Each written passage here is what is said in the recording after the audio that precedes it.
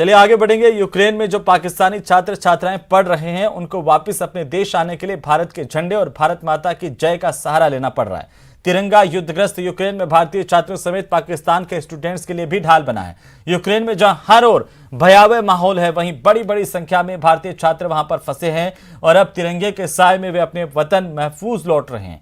Ukraine में तिरंगा भारतीयों की सुरक्षा का कवच बना हुआ है। दूसरे देशों की सीमाओं पर पहुंच रहे छात्रों की बसों और अन्य वाहनों में तिरंगा लगाया गया। दिया वो एक तरीके से यूक्रेन में खड़ा होके भी सेफ था, तो बहुत सारे दूसरे देशों के बच्चों ने भी भारत के झंडे दिखाने शुरू कर दिए थे सेफली निकलने के लिए। कितना प्राउड है आपको इस बात का, भारत का झंडा आपके देश का झंडा है? एक्चुअली हमारे जो फ्लैट है, फ्लैट की यहाँ पर आर्मी से हमारी ऐसी बात हुई थी, तो वो कह रहे थे कि आपका जो है इंडियन फ्लैग है और आप इंडियन हो तो आपको इतनी डरने की जरूरत नहीं है, क्योंकि इंडिया रशिया का सब ठीक चीज है।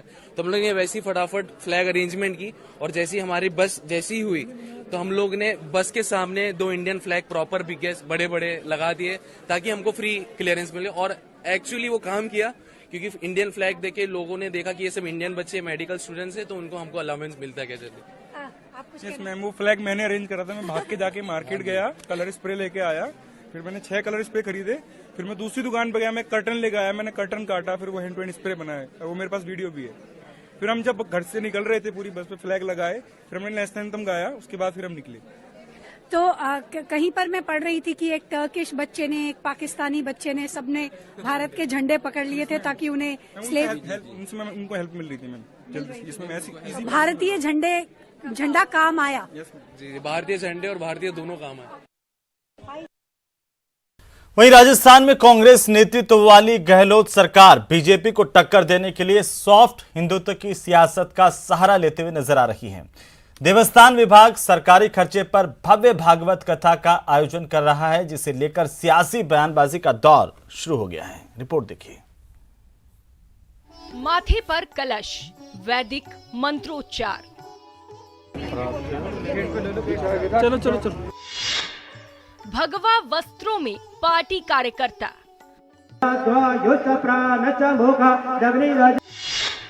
मंच से भागवत कथा का प्रवाह,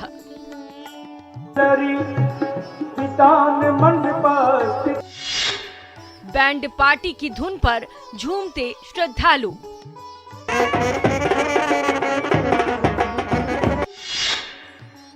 भागवत कथा का सियासी कनेक्शन।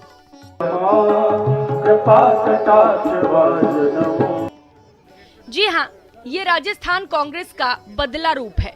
वहीं बीजेपी का आरोप है कि पार्टी भागवत कथा के सहारे 2023 की सियासी नैया पार करने की जुगत में है। प्रदेश नेतृत्व महाशिवरात्रि के मौके पर 7 दिवसीय भागवत कथा का आयोजन कर रहा है। श्रद्धालुओं के रूप में पार्टी कार्यकर्ता, स्थानीय लोग भगवा वस्त्रों में कलश माथे पर रखकर कथा के आयोजन में शामिल हैं। वैदिक मंत्रोच्चार के बीच कथा वाचन चल रहा है। भजन के साथ बांसुरी की धुन पर कांग्रेस भक्ति भाव में लीन है। हम ये आज जो सब लाल पीली साड़ी में महिलाएं दिख रही हैं, ये एक भागवत कथा अपन यहाँ करवाने जा रहे हैं, जिससे कि हमारे राजस्थान के मुख्यमंत्री महोदय ने बजट ऐसा पेश किया है कि आज पूरे देश में उसकी चर्चा है, हर वर्ग को टच करने वाला है। हमारे प्रदेश और देश में सुख और शांति रहे, अमन रहे। जैसी कि कोरोना महामारी वैश्विक महामारी थी, ऐसी महामारियां हमारे प्रदेश में नहीं आए, ऐसी हमारी कामना है। इसीलिए हमने ये भागवत कथा का आयोजन रखा है। वहीं प्रदेश कांग्रेस के भागवत कथा आयोजन पर सियासी बयानबाजी का दौर शुरू हो गया है। बीजेपी नेताओं ने कांग्रेस को आड़े हाथों लेते हुए कथा के आयोजन को कांग्रेस के पाप का प्रायश्चित बताया।